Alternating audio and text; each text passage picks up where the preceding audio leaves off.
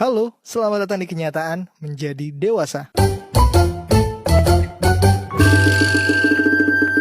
Oke, mungkin ketika lo menjadi dewasa, hal yang pertama yang lo harus lakuin atau yang mungkin sering diomongin adalah selain menikah, tentunya adalah punya rumah.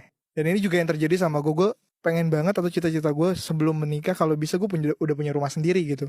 Ya tapi gue juga sadar maksudnya dengan kemampuan gue sekarang mempunyai rumah itu sulit gitu. Dan gue punya temen, sahabat gue dan kakak kelas gue juga.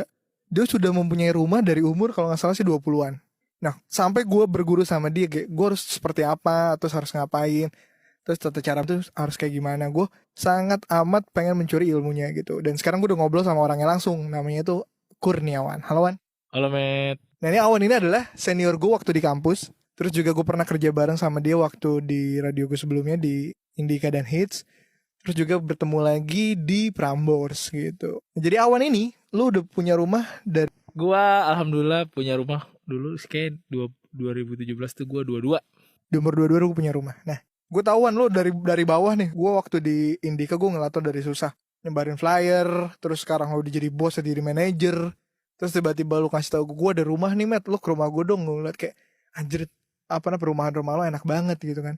Apa sih yang bikin lu kayak, lu harus punya rumah gitu kan? Ya mungkin sama Met, kayak lu tadi lu bilang apa sebelum nikah tuh gue pengen punya rumah gitu. Dulu sih sebenarnya tujuan utamanya gue emang pengen nikah, gue pengen nikah cepet waktu itu kan. Jadi gimana caranya gue bisa meyakinkan misalnya calon mertua gue, ya gue udah punya rumah gitu. Itu kan menurut gue tuh modal pertama yang harus lu punya adalah rumah gitu. Ya duit mah bisa nyusul lah, tapi bokap gue selalu bilang dari dulu ketika lu udah nikah, lu harus kabur dari, dalam artian kabur dalam positif ya. Lu harus jangan nebeng di rumah orang tua lu. Iya, lu harus punya tempat sendiri gitu buat privasi lu biar enak gitu. Jangan kayak misalnya jangan kayak papa gitu. Kan banyak yang emang teman-teman yang emang nikah tuh masih nebeng gitu ya. Kalau gua sih ini beda-beda ya apa pemikiran orang, tapi kalau gua sangat mengiyakan pemikiran seperti itu gitu. Nah, gue juga, ataupun teman-teman yang lain juga pasti pengen, ya gue juga pengen punya rumah, tapi gue gak ada duit gitu kan.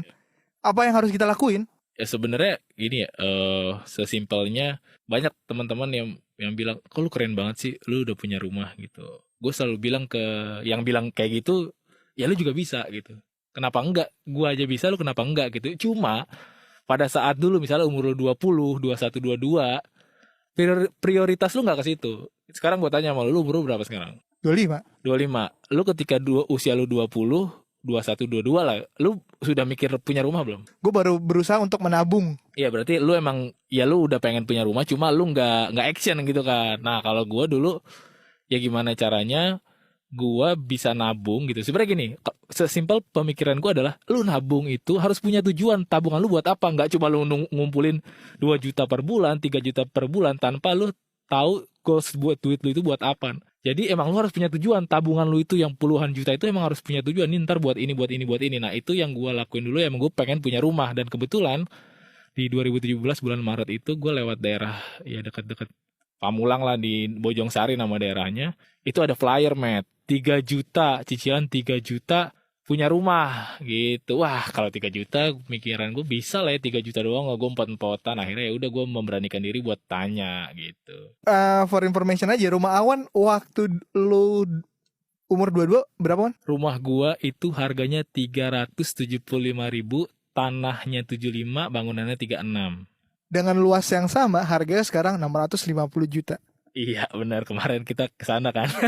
Anjir, gue bilang, Wan, terus yang lo tadi bilang, gue waktu itu cicilannya 3.700.000, 3 juta berapa? Gue 4,2.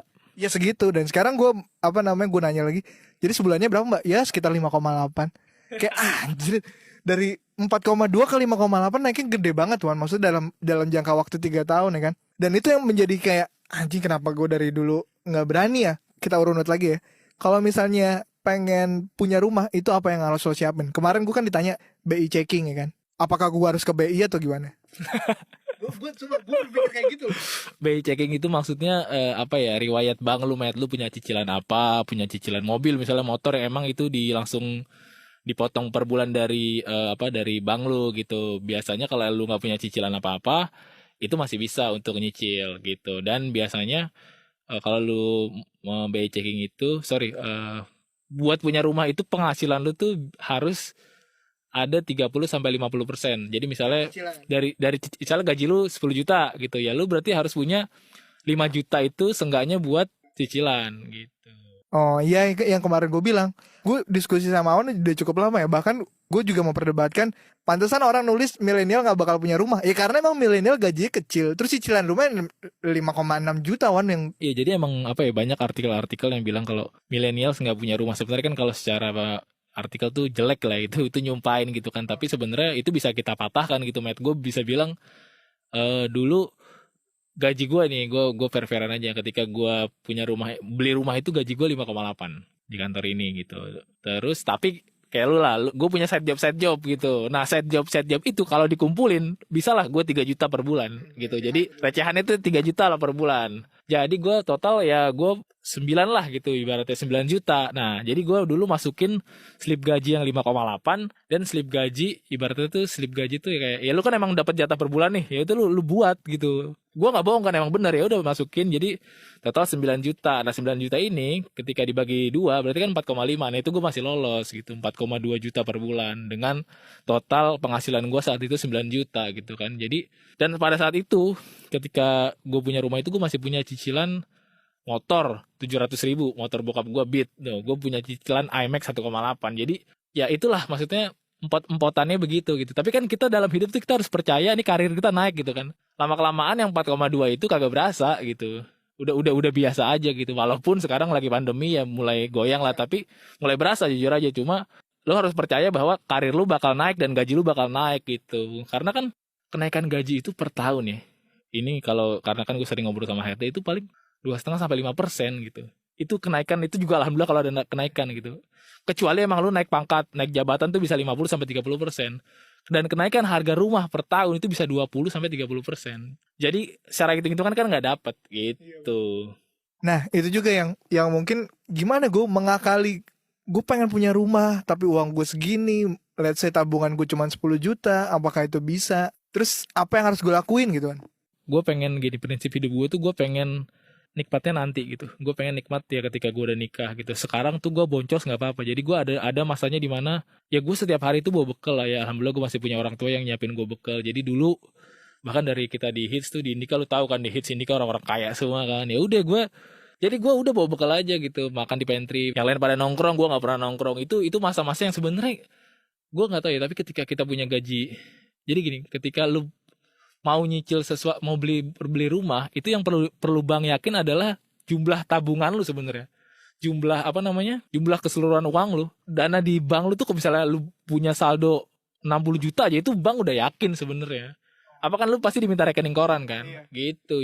Jadi makanya itu walaupun receh ya kan, sedikit-sedikit lama-lama menjadi bukit. Coba lu sekarang misalnya, buat teman-teman yang masih dengerin tuh, yang masih 20 tahun nih, coba aja nyicil 500 juta per bulan atau 1,5 lah gitu. Itu lama-lama ya apa namanya, ya bisa jadi duit gitu, bisa jadi banyak. Dan emang menurut gue selalu bilang ke teman-teman gue yang emang masih punya orang tua gitu kan, ya bilang aja, maksudnya minta orang tua lu lah buat bantu misalnya, jadi biar nambahin, misalnya nambahin DP-nya, karena ya lu jelasin alasannya, karena kalau gue ngambil sekarang ya gue bakal naik gitu, nggak bakal dapet. Jadi gue mendingan lu semua tuh minta tolong orang tua lu gitu, kalau emang masih punya rezeki buat bantuin lah, tapi lu ganti gitu kalau emang duit lu, hitung-hitungan lu masih belum cukup. Gue waktu itu pokoknya gue untuk bisa mulai rumah itu, gue dulu menghabiskan uang sekitar 39 juta.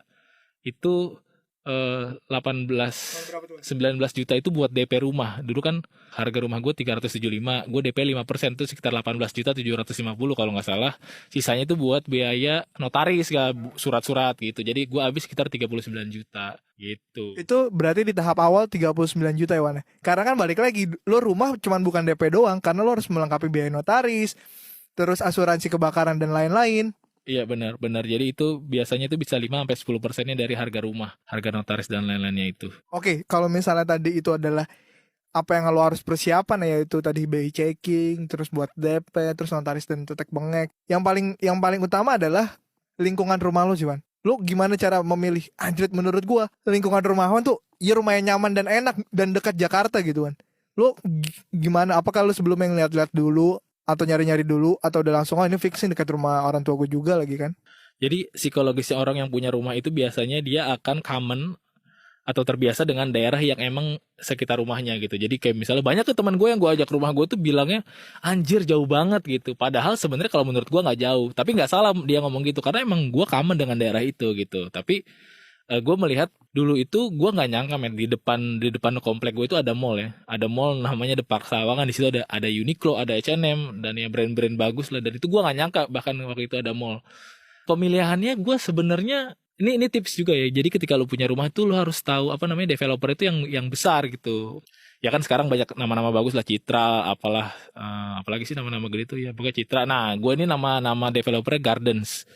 Gardens itu punya portofolio di Semarang, Met. Di Semarang itu dia punya perumahan Gardens Candi Golf Semarang gitu. Jadi kalau lu misalnya ke Semarang ke Solo lewat tol tuh ada perumahan mewah tuh Candi Sawangan kelihatan dari pinggir tol. Nah, gue waktu itu ketika baru balik dari Bogor gue ngeliat ada cicilan 3 juta per bulan itu ya gue harus search juga di Google oh ini apa sih perumahannya Garden oh ternyata emang udah terjamin gitu dan alhamdulillahnya dia itu apa ya ini bukan gue promo ini tapi emang itu daerah perumahan itu akan perumahan terbesar di daerah situ melebihi Citralex Sawangan. Iya, dan gue juga ngeliat sendiri maksudnya itu adalah daerah berkembang dengan tanahnya, maksudnya bukan kayak teman gue lu kenapa nggak di townhouse sih Matt gitu kan, teman gue kan banyak yang nanya kayak gitu, townhouse enak kayak gitu tangganya dikit. Nah tapi kalau menurut gue ketika lo tinggal di suatu daerah yang berkembang itu ada mall, ada rumah sakit, nanti juga ada sekolah, terus ada pom bensin deket, dan itu menurut gue tuh lingkungan lebih menguntungkan gitu kan. Iya benar gue setuju sih dan ya nggak tahu ini tapi beda-beda tiap orang kayak kan banyak orang yang juga yang beli tanah terus bangun gitu. Kalau gue tipe yang sebenarnya gue tuh lebih nyaman dan aman merasa ketika komplek rumah gue itu satu pintu. Yang gue kan pakai tap in dibuka portalnya itu tuh ya menurut gue sih insya Allah kagak bakal ada maling ya gitu. Kalau maling pun gue yakin pasti ada orang dalam satpamnya gitu. Aduh bangsat. Nah satu lagi Wan yang apa ya yang menurut gue jadi salah satu yang penting di dekat rumah lo itu adalah akses lo dengan keluarga lo, maksudnya deket gitu. That's why kenapa gue pengen ngambil di daerah dekat rumah lo juga, karena cewek gue base-nya di Bogor nyokapnya. Jadi kalau misalnya mau ke rumah nyokap cewek gue, terus ataupun gue pengen ke rumah gue yang di Jakarta, itu kan jadi lebih deket tuh. Kemarin gue juga sempat lihat yang di daerah Cisauk Wan. Iya benar apa ya akses ke orang tua tuh biasa juga lumayan lah misalnya ketika lu udah punya anak nanti kan ya siapa tahu bisa mau main gitu atau kita nitipin anak ketika berdua kerja gitu jadi emang penting tuh buat ngelihat ya akses antara lu dan rumah orang tua cewek lu dan rumah orang tua lu tuh bisa kita lihat juga dulu sebenarnya cewek gua kan sebenarnya rumahnya jauh ya di Cakung gitu kan gue di Pamulang tapi rumah nenek cewek gue itu di Ciputat gitu jadi mereka nggak asing dengan daerah situ gitu dan oh iya satu tips juga tuh ketika emang lu yakin dengan pasangan lu ya Met maksudnya ngumpul masih sendiri ya lu ini aja apa maksud gue ya lu nyicil rumah nih berdua kayak bukan berdua lah misalnya 75-25 atau 70-30 emang kalau lu udah yakin akan bareng-bareng gitu dan nggak putus karena itu yang gue lakuin sekarang gitu bukan gue sih gue nggak ngelakuinnya buat nyicil rumah ya tapi gue nabung lah buat kebutuhan rumah gitu misalnya kayak gue dan satu hal yang perlu lu catat beli rumah mahal nyicil rumah mahal terakhir ngisi rumah juga mahal itu mahal itu Dan apa namanya renov dan juga maintenance rumah. iya parah itu mahal parah banget ya mungkin renov nanti lah tapi ngisi rumah itu ya lu beli kasur lah ya kita kan secara kita millennials tuh pasti kita punya gengsi ya barang-barang kita sekarang harus IKEA Fabelio atau apa dekor rumah Informa pasti kayak gitu jarang-jarang lah yang kita ngerakit sendiri jadi emang itu mahal juga dan gua sampai sekarang gue punya listnya tuh gue beli lemari berapa harganya gue beli sofa itu gue ada semuanya gue beli parket berapa harganya gitu. Nah lo apakah sedetail gue juga nggak Wan, maksudnya adalah gue nih orang yang lumayan detail dalam melihat suatu perumahan. Pertama gue nggak mau jalanan di depan rumah gue itu dia apa namanya agak turunan. Yang gue khawatirin adalah kalau anak gue mulai belajar naik sepeda, mulai masuk ke got atau masuk kemana. Terus yang kedua, gue memikirkan fasad depan rumah, lebarnya minimal harus 6 meter, ya kan? Terus apa kalau juga memikirkan dari rumah itu bata merah atau bata ringan kan gitu-gitu. Lu termasuk yang kayak gitu juga gak, Wan? Gue termasuk yang kayak gitu walaupun waktu itu gue juga belum punya pengalaman tapi kalau nanya-nanya atau browsing itu emang kayak apa lawannya bata merah? Kayak hebel. Hebel. Jadi bagus itu bata merah karena lebih kokoh, lebih kuat. Walaupun kan secara masang tuh PR kecil-kecil gitu. Kalau hebel lu cuma taruh, iya. Tapi, nah kebetulan juga rumah gue bata merah gitu. Dan terus tadi apa fasad depan rumah gue setuju sih sebenarnya dari gue yang udah punya rumah nih enaknya ya. Lebar rumah itu minimal 6 gitu. Rumah gue ini lebarnya 5. Sebenarnya ya tergantung lu ntar natanya gimana. Tapi kayaknya nih kalau menurut gue tuh enaknya tuh 6 gitu. Gitu. Jadi lebih lebar lah. Walaupun di bagian belakang rumah gue ya gue buat lebar. Gitu. Sama satu lagi, buat yang apa namanya, yang lagi mikirin, oh beli rumah di mana ya? Menurut gue yang beli aja Wan ya. Maksudnya ada teman gue pun beli ya. Si Ilham beli yang di ini Wan, apa yang di dekat bandara? Apa Citra? Apa gue? Ya Citra Maja. Citra Maja ada jauh banget dari bandara anjir. Oh beda ya? Dia bener beli Citra Maja. Maja jauh itu di Tangerang sana lagi lurus terus. Nah kan untuk yang kayak anjing lo met, gaji gue juga baru 7 juta. Maksudnya yang kebeli rumah gue jauh, tapi gue pengen punya rumah. Sebenarnya gue termasuk yang apa ya met, tadi misalnya beli di Maja gitu ya, mungkin gue bisa nih sekarang, lu bisa nih satu semua bisa kali beli di Maja, orang cicilan cuma 1,5 2 juta lah ya, itu bisa. Tapi banyak orang yang beli di daerah sana itu hanya untuk investasi sebenarnya, bukan buat tinggal gitu. Dan ya mungkin kedepannya daerah situ bakal berkembang. Tapi kalau pemikiran gue kayaknya tuh jadinya useless karena lu mungkin perawatannya kan rumah kalau nggak ditempatin tuh ya lu ada aja masalah gitu kan, karena lembab misalnya, plafon lu rusak atau banyak laba-laba, banyak setan gitu. Jadi kalau gue sih mendingan tahan dulu gitu. Ya mungkin beli rumah tuh yang masih sekitaran, ya mungkin Bintaro, Pamulang tuh juga udah mahal ya. Kayak ya sekarang nih misalnya Sawangan, Cisauk tuh masih inilah. Terus Parung Panjang gitu. Maksud menurut gue Parung Panjang sama Maja jauhan Maja gitu, masih mendingan Parung Panjang gitu. Maja masih sana lagi. Terus apa tuh kemarin nama sebelum Parung Panjang?